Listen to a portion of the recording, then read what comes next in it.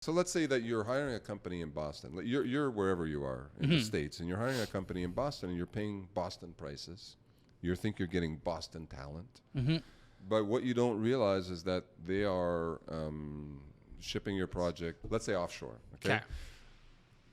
Offshore, they don't have a big track record of succeeding. I'm sorry, I don't want to. I'm just going from 11 years of experience. They don't. Okay. I'm not saying that U.S. and Canadian companies are perfect. They're not. But you have a much better chance of success when you're staying in North America. Okay? Perhaps if you were a company in India, you're there on the ground, you might have success on the ground there. So right away your project is set up for failure. That company in Boston that outsourced to India or offshore, I'm sorry, doesn't have control over those resources. All right? They don't. Completely different time zone, completely different language. And to top it all off, you're paying U.S. prices. So that company that's shipping your stuff overseas is just making a margin, right?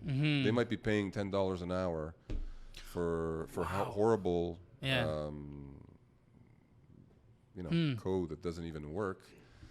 But you're paying them $100 an hour, So those are situations that I've seen quite often as well.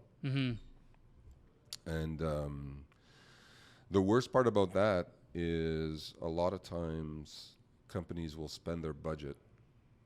They won't get anything because don't forget they're paying in advance. They're sending money constantly.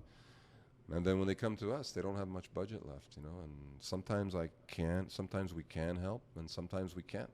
And it's tragic. So that's something I've been writing about for a decade. I think I've been writing about that for like a decade. I think I have an article on my LinkedIn profile. We've updated it, but I think I originally wrote it in 2011 called Web Development Bait and Switch. Oh, okay. So bait and switch I remember is, you get someone, you sell them. I'm in New York, I'm in Boston, we're awesome. And then all of a sudden you sign, you send them money in advance, of course, right? We don't charge money in advance. Really? No, we don't. You know that. Yeah, I do.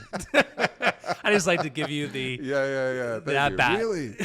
Yeah. So we don't charge money in advance, but a lot of times they say, okay, it's going to be $100,000. Send us 25, send us 30, 40, whatever.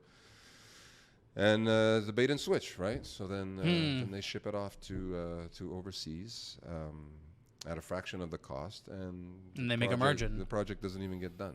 Yeah. So, and unfortunately, I'm not exaggerating.